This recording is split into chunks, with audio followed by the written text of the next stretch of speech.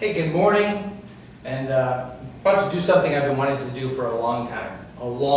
I mean many years.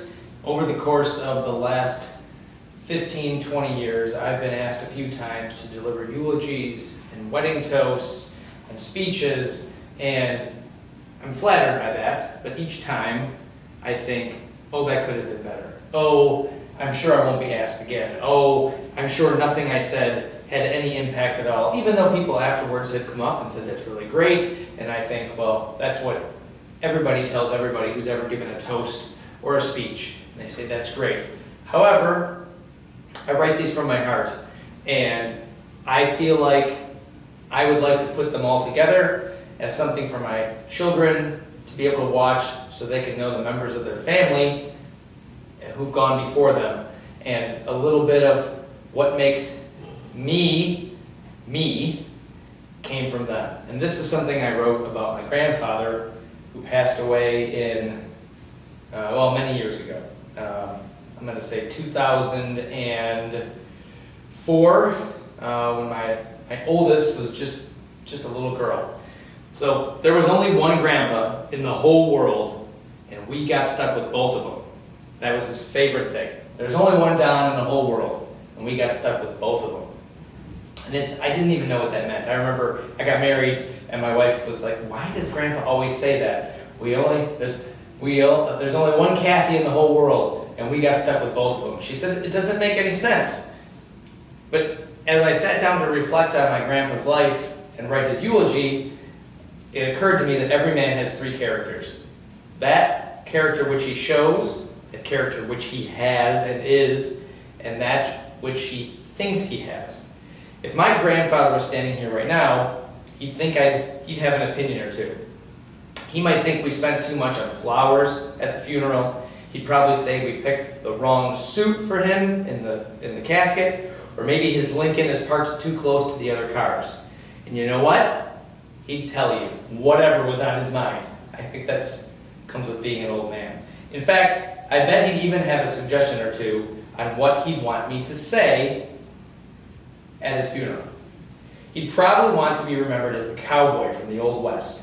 He'd want me to say he was quick with his gun as he was with his fists. He'd like to think of himself as a tough-as-nails sheriff sent to clean up a lawless town. He'd ride high in the saddle, and his badge would shine like the sun. Or maybe he'd want me to paint a picture of him as a bold, brash, gritty prize fighter. And if you didn't know my grandfather, he was a boxer. He loved boxing. He could watch any boxing match at any time, loved it, and he loved it himself. So he wanted to be known as a gritty prize fighter from the streets of Detroit who cut his knuckle on the factory rooftops, known for a killer jab and a deadly right cross. Yes, back in the old days, he worked at a factory, and at lunch, they'd all go up, and guys would put down money and challenge my grandfather to boxing matches. What do you do on your coffee break? Maybe I'd describe him as a wealthy and worldly businessman, the height of fashion, with a closet of the finest suits, fancy watches, and a garage filled with Cadillacs and Lincolns. He'd hope I would talk about his chiseled good looks, his razor-sharp wit, and how that made him a captain of industry. I'd tell you I never met a better pinochle player, and that only Gene Kelly himself was a better dancer. To tell you this, that's what he wanted to be.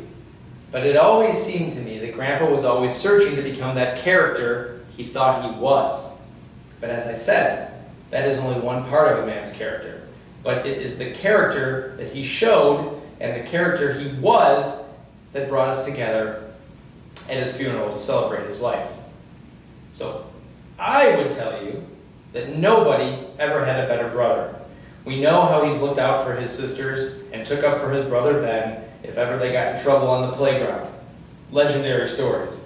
Ben was the real-life Sundance Kid to Grandpa's Butch Cassidy. And next, I'd tell you about his role as a husband.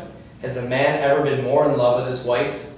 Has anyone ever danced together better? Loving, doting, dancing, and supporting Grandma in her greatest moments all the way until her darkest hours. But I would be remiss if I failed to mention him as a father, as dad. The apple of his eye was my Aunt Jerry, his Dinka. he was always wrapped around her finger. Or wait, she was wrapped around his finger. And his real life Billy the Kid, his son, my dad, who has taken his lessons and passed them on to my brother and sister and I. Or should he be remembered for perfecting his role as grandfather?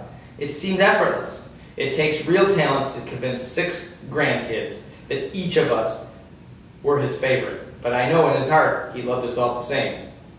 You need only look at the smiles of everyone else at the funeral to know that he won us over as great-grandpa, as friend, as brother-in-law, as neighbor. I was hoping when I stood there giving his eulogy that I could point to one shining example that would show simply and plainly how wonderful he was. But the last few days, the days before the funeral, and the hundreds of stories people shared, the hundreds of laughs that had shared with everyone here, I found that impossible. It went further than that. If someone had car problems, he was there helping them. If you needed a laugh, Grandpa had all the jokes. Or, this was my favorite thing, because I got to live with him for a year, if he saw milk was on sale, he would go and buy 4 or 5 half gallons and deliver them to all his shut-in friends and save them some money. Give them a chance to see him. This is before texting. Or was it driving 24 hours straight through to Florida with his brother to fix an air conditioner? Yes, they could have paid somebody, but they decided to drive and do it themselves because they're a team.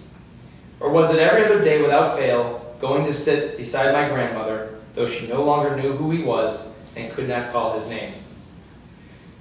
You see, my grandfather, Phil Kowalewski, didn't realize that on his way to becoming the character he thought he was, he perfected the character he was. Brother, father, husband, brother-in-law, friend, neighbor, great-grandfather. I hope I can become even half the man my grandfather was. Have even half the character. If I can fit half the family, the friends, the living, and the love and laughter into my own life, it will be a full life. His actions indeed spoke louder than his words. We will miss him. I do miss him every day. My wife summed it up best. Though he may never have met the standards he set for himself, for the rest of us, for me, he set the standard for which I will always measure myself. So that was my grandpa. Conflicted, right? He wanted to be Bill Gates, Henry Ford. He thought that that would really be the measure and why we all love him, if he could just be that guy. And so what he was to all of us was perfect. And then what we probably didn't even see, that he was even better than that, with all the things that he did for other people and how big a heart he had.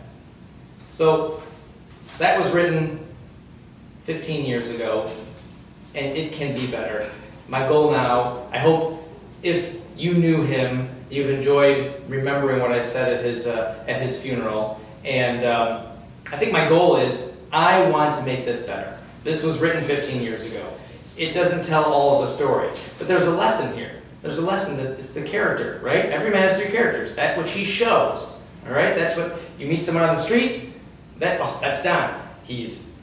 I don't know how they see me, but that is what other people think of me. Then there's the character that I am.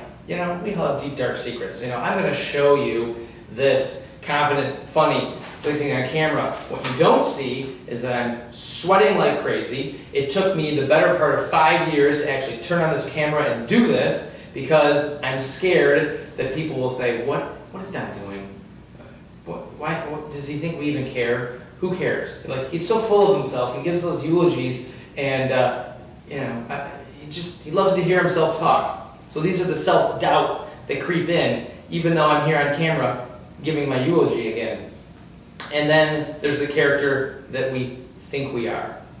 And I want to take the lesson here is to step back and appreciate what our life has given us. It's not about the car or the job or the title.